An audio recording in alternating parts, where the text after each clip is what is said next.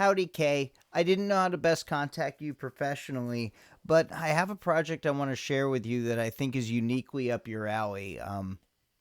This is something I've written just recently, and let me just share it. Sedah, Lord of the Dead, Book 1. There is a legend, for thousands of years, of the rise of an evil, a darkness to fear, a time of great peril brought on by one, the day and the age when the necromancer won. After some time, there's always a fall to the heroes who answered the benevolent call. This time will be different. We are prepared for the coming of evil. Praise the despair. At least that's what I tell the minions who serve me. We've been waiting so long, even my hope grows weary.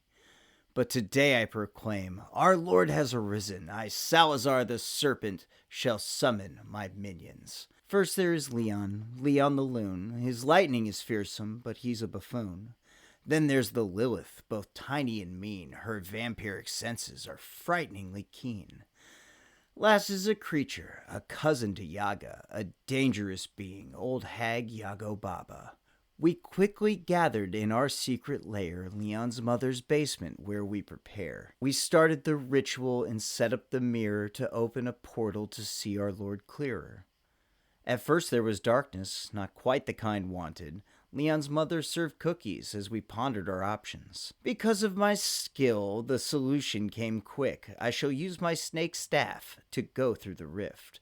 I held my staff high and commanded the snake, "Slither, slithee, your sight I shall take."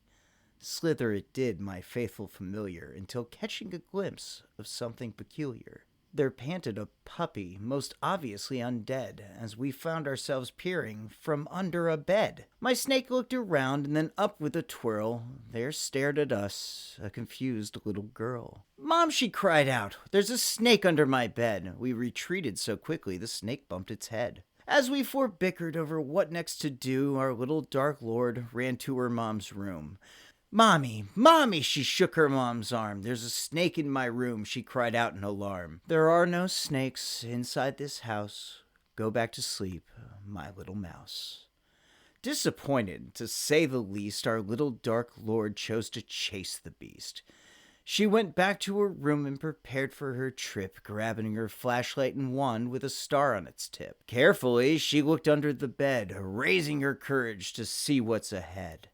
Growled at the darkness her dog Lazarus did as she shined her flashlight to see where the snake hid. There was nothing there, just like her mom said, but our Lord was determined. She crawled on ahead. There in our lair we were in such disillusion that nobody noticed our Dark Lord's intrusion. "She's just a kid. How can she be him?" Leon asked while scratching his chin.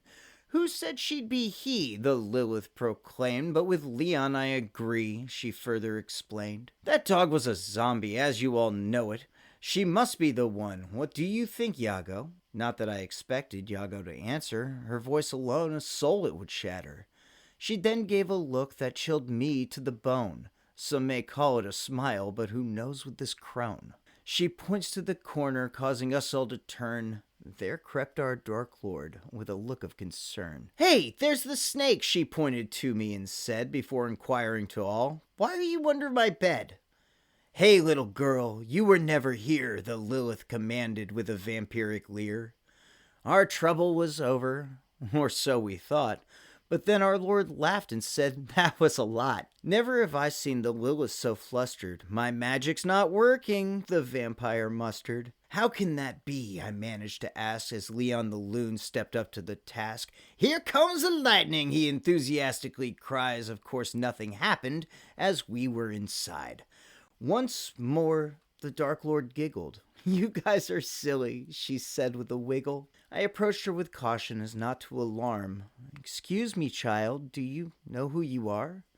"Of course I do, but you guys are the stranger. How do I know I'm not in danger?" "Can you do things you can't explain, such as healing your dog if it were in pain?" Our little Lord pondered. Before looking at Lazarus, she took a deep breath before deciding to answer us.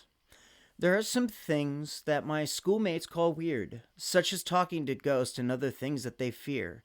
But I'm not afraid. I'm friends with the dead, even the ones with the horns on their head." She waved her star wand as she casted a spell, opening a gateway straight into hell.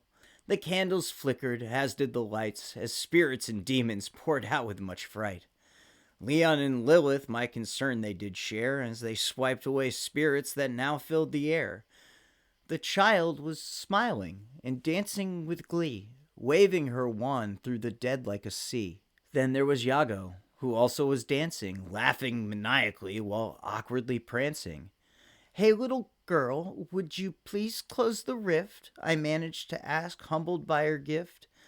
Thankfully, our Dark Lord obliged, returning the dead to their place with a bye. As things came to a calm and the candles relit, I fell to my knees and recited my script. "We serve you, Dark Lord, O Master of Chaos. Lead us to glory, make all obey us." My admission of fealty was met with great laughter, crushing my dreams, then and thereafter.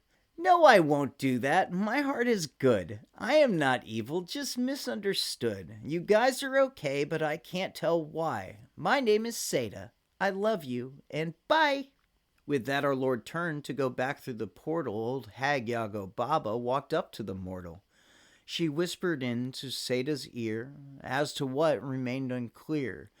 Sedah's demeanor was no longer silly. Her eyes widened. She asked, "Really?" Yago smirked and nodded her head. We could only imagine what was said. Sedah then left with a smile and wave. Then we closed the portal, our outlook now grave. We stood there in silence for what seemed like forever. Then Leon said, "Well, she seems pretty clever." "It's already over, never to be completed," the Lilith followed, her tone most defeated. I was there with her, my thoughts turned most ill. Will I need a job to pay all my bills? But then there was Yago, with a grin ear to ear, a horrible thing that inspires fear. "What did you tell her?" I asked carefully. To the Lilith she went, moving with glee.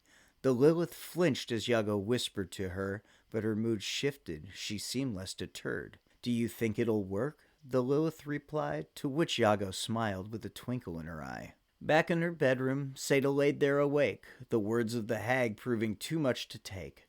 She threw off the covers and jumped to the floor. She put on her sneakers, then crept out the door. Through the house and then to outside. She snuck down the street with Lazarus by her side. And then to the graveyard she moved with great stride, until stopping abruptly, a grave she arrived. The headstone was polished. "Grandma," it read. She waved her wand high to raise the dead. So I have about 10 of these planned, and the journey of Sedah is going to be visiting different underlords from different cultures and different histories, and a bunch of morality tales as these different gods have different problems that Sedah helps them solve. Even our dark cultists from the beginning get a lot of morality tales that steer them in a more benevolent direction. My intent with this eventually is to have it turned into a cartoon. I've always wanted to direct animation. But I'd love to start with a kid's book, something simple, and I'd be honored if you'd be the illustrator in this project. I've been wanting to collaborate for a long time. Please let me know your thoughts. I'd love to talk more about it. Hope all is well. Take it easy.